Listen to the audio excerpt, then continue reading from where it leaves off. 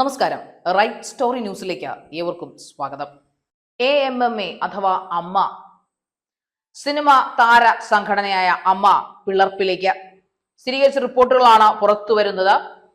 ഫെഫ്കയുടെ ഭാരവാഹിയായ ബയോണി കൃഷ്ണനാണ് ഈ വിവരങ്ങൾ പുറത്തുവിട്ടത്. അതിനായി 20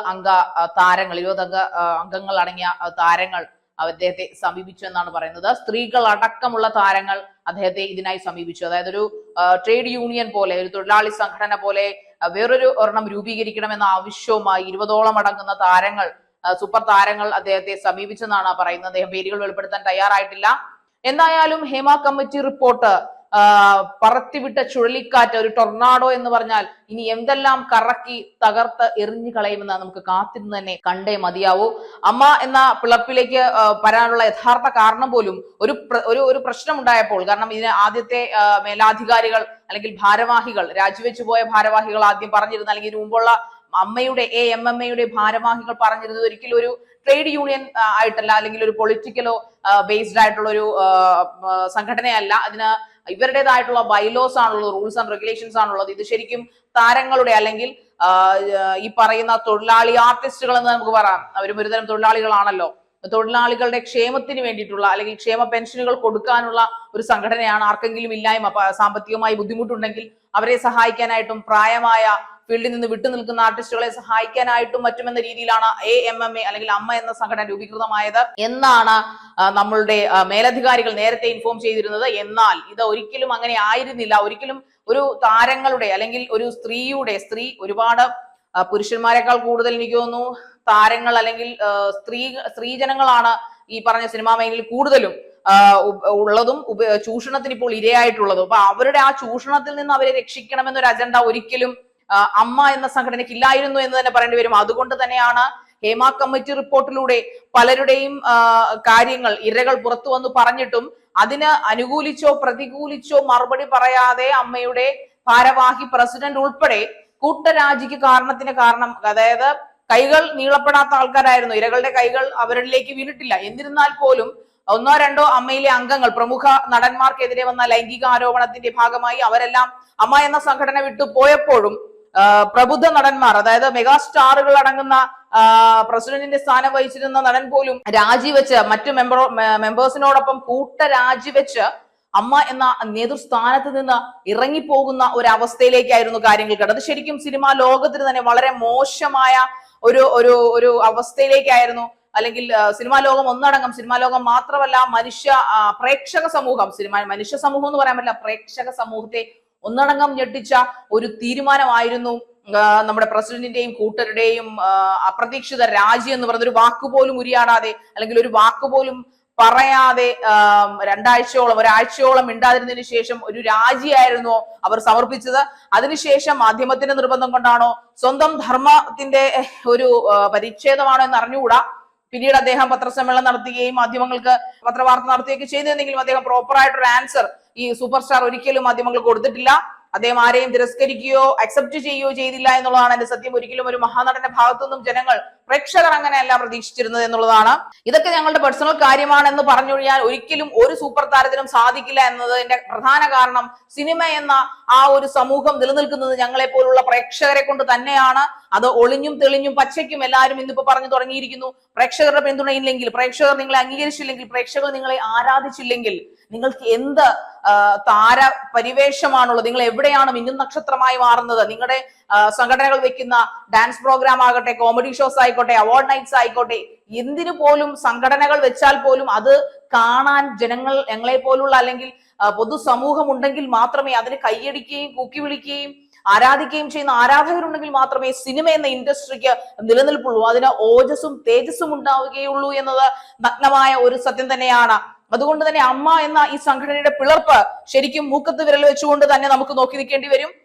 ഇതിനു പിന്നിൽ ഈ അമ്മ എന്ന ബയോണി കൃഷ്ണൻ പറയുന്നത് ഉടനടി ഒരു തീരുമാനം ഇതിനെടുക്കാൻ പറ്റില്ല, ജനറൽ ബോഡി മീറ്റിംഗ് വിളിച്ചു കൂട്ടണം, വേറെ പല സന്നദ്ധ സംഘടനകളെയും വിളിക്കേണ്ടി വരും. അപ്പോൾ ട്രേഡ് യൂണിയൻ എന്ന ലെവലിലേക്ക്, അതായത് അപ്പൊ ചിലപ്പോൾ പൊളിറ്റിക്കൽ അല്ലെങ്കിൽ രാഷ്ട്രീയം, ചിലപ്പോൾ കൊടികുത്തൽ വരെ ഉണ്ടായേക്കാം ഇനി അമ്മ എന്ന സംഘടനയിൽ ചിലപ്പോൾ, അല്ലെങ്കിൽ അമ്മയ്ക്ക് പകരം അല്ലെങ്കിൽ അമ്മയ്ക്ക് ബദലായി വരുന്ന സംഘടനയിൽ ഉറപ്പായിട്ടും ഇനി വരുന്ന നടിമാരുടെ അല്ലെങ്കിൽ സ്ത്രീജന അല്ലെങ്കിൽ സ്ത്രീ വിഭാഗത്തിൽപ്പെട്ട ആർട്ടിസ്റ്റുകളുടെ ഉന്നമനവും അവർക്കെതിരായിട്ടുള്ള ലൈംഗിക അതിക്രമണത്തിനുള്ള ഒരു നിയന്ത്രണവും എല്ലാം ചിലപ്പോൾ അങ്ങനെയുള്ള അജണ്ടകളും ബൈലോസും ഒക്കെ വെച്ചിട്ടായിരിക്കാം ട്രേഡ് യൂണിയൻ എന്ന ആ ഒരു സംഘടനത്തിലേക്ക് അല്ലെങ്കിൽ സംഘടനയിലേക്ക് താരങ്ങൾ ഇറങ്ങി ചെല്ലുക എന്ന് തന്നെ നമുക്ക് ചിന്തിക്കേണ്ടിയിരിക്കുന്നു.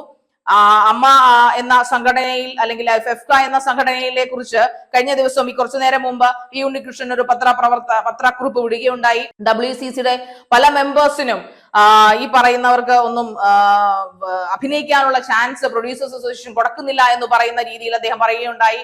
അതിൽ പാർവതി തിരുവോത്തിനെ കുറിച്ച് അദ്ദേഹം പരാമർശിക്കുന്നുണ്ട്. അതിനകത്ത് അവർ പറയുന്ന പാർവതി തിരുവോത്ത് പല സ്ക്രിപ്റ്റുകളും ചെയ്യാൻ കൂട്ടാക്കിയിട്ടില്ല, അല്ലെങ്കിൽ ചെയ്യാൻ അവരുടെ പ്രതിഫലം അനുവദിച്ചില്ല, അവർ പലതിനും വിയോജിച്ചിരുന്നു, അവരെ വിളിച്ചാൽ കിട്ടില്ല, പല പ്രൊഡ്യൂസർമാരും പല വട്ടം അവരെ പല സ്ക്രിപ്റ്റുകളുമായിട്ട് സമീപിച്ചിരുന്നു എന്നൊക്കെയാണ്.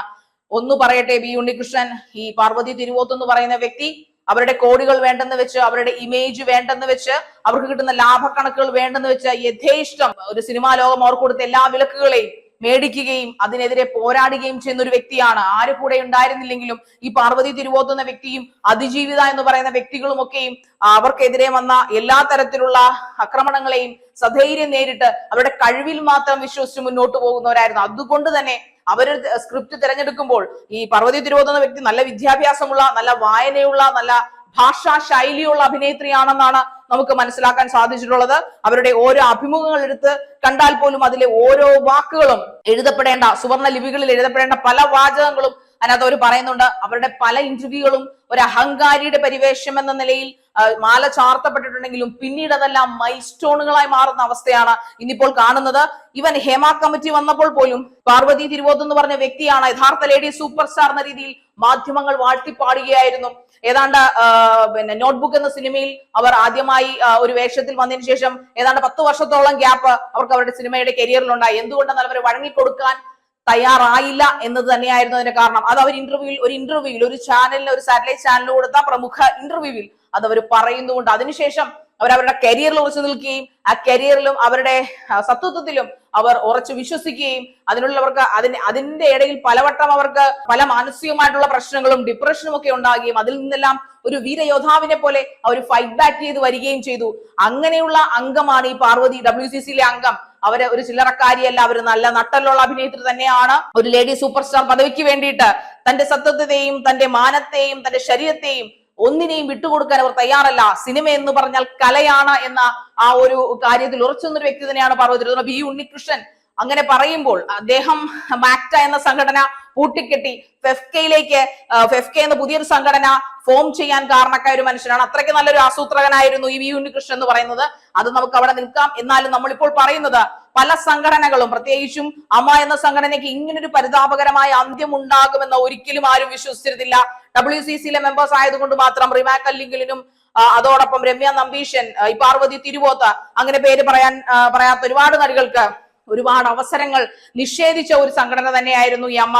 നിഷേധിച്ച ഒരു ഫീൽഡ് തന്നെയാണ് ഈ സിനിമാ ഫീൽഡ്. അതിന് ചുക്കാൻ പിടിച്ചത് അമ്മ എന്ന സംഘടനയുടെ തലപ്പത്തിരുന്നവർ തന്നെയാണ്. അതിലെ പവർ ടീമിലുള്ള സംഘങ്ങൾ തന്നെയാണ്, അതിലൊരു സംശയവുമില്ല. അതിൽ പവർ ടീമിലെ പ്രമുഖനെ എന്തായാലും അതിജീവിത എന്ന ആ ഹീറോയിൻ, സൂപ്പർ ഹീറോയിൻ, ജീവിതത്തിലെ സൂപ്പർ ഹീറോയിന്റെ എക്സ്ട്രാ ഓർഡിനറി മെന്റൽ പവർ കൊണ്ട് മാത്രം തകർത്തെറിഞ്ഞ് അവർ നിയമത്തിന് വേണ്ടി, നിയമം അവർക്ക് നീതി കൊടുക്കും, ഇപ്പോഴും കിട്ടുമെന്ന ആ ഒരു വിശ്വാസത്തിൽ പുഞ്ചിരിയോടുകൂടി പോരാടിക്കൊണ്ടിരിക്കുന്ന ഒരു അതിജീവിതയുള്ള നാടാണ് കേരളം. എനിക്ക് തോന്നുന്നു റേപ്പിന് കൊട്ടേഷൻ കൊടുത്ത മലയാള സിനിമയിലെ ആദ്യത്തെ വ്യക്തിയാണ് ഈ പറയുന്ന പ്രമുഖ നടൻ. ആദ്യത്തെ സംഭവമാണ് കേരളത്തിൽ നടന്നത്.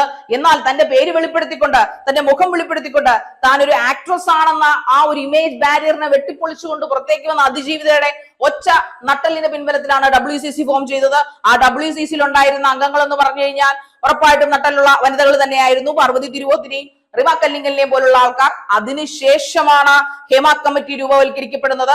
ആ ഹേമ കമ്മിറ്റി രൂപവൽക്കരിച്ചു. അതിനുവേണ്ടി ഒരുപാട് മൊഴികൾ നൽകപ്പെടുകയുണ്ടായി, ഒരുപാട് റിപ്പോർട്ടുകൾ പുറത്തു വന്നു. ഒരുപാട് താരങ്ങളുടെ തല നടു റോഡിൽ കിടന്ന് ഉരുണ്ടുകൊണ്ടിരിക്കുന്നു. ഇനി നാളെ ആരുടെയൊക്കെ പേരുകൾ പുറത്തേക്ക് വരുമെന്ന് ഭയപ്പാടോടുകൂടിയാണ് പല നടന്മാരും ഇന്ന് ഒളിച്ചിരിക്കുന്നത്. അപ്പോഴും WCCയും അതിജീവിതയും നട്ടലോടുകൂടി ഇപ്പോഴും കേരളത്തിൽ ജീവിക്കുന്നു എന്നുള്ളതാണ്. ആ സംഘടന ഇപ്പോഴും വിഘടിച്ചിട്ടില്ല. പക്ഷെ വിഘടിച്ചത് ഇതിനെല്ലാം ചുക്കാൻ പിടിച്ച AMMA എന്ന് പറഞ്ഞ സംഘടനയാണ്. പ്രിയപ്പെട്ട മഹാനടനെ 10-12 വർഷങ്ങൾക്ക് മുമ്പ്, തിലകൻ എന്ന മഹാനടനെ വർഷങ്ങൾക്ക് മുമ്പ് വിലക്കിക്കളഞ്ഞ സംഘടന. ഒരു ഇൻഡസ്ട്രിയിൽ ആർക്കാണ് ഒരാളുടെ കലയെ വിലക്കാൻ അധികാരം കൊടുത്തത്? അങ്ങനൊരു അധികാരമുണ്ടെന്ന്, ഇല്ലാത്ത അധികാരം കൊണ്ടുവന്ന് അങ്ങനൊരു നടന്റെ കരിയർ നശിപ്പിച്ചു കളഞ്ഞ സംഘടനയാണ് ഈ അമ്മ എന്ന സംഘടന. അതൊന്നും ഒരിക്കലും ഒരു നല്ല കലാപ്രേമിക്കും മറക്കാൻ പറ്റുന്നതല്ല എന്ന് പറഞ്ഞുകൊണ്ട് ഞാൻ ഇവിടെ നിർത്തട്ടെ. നന്ദി.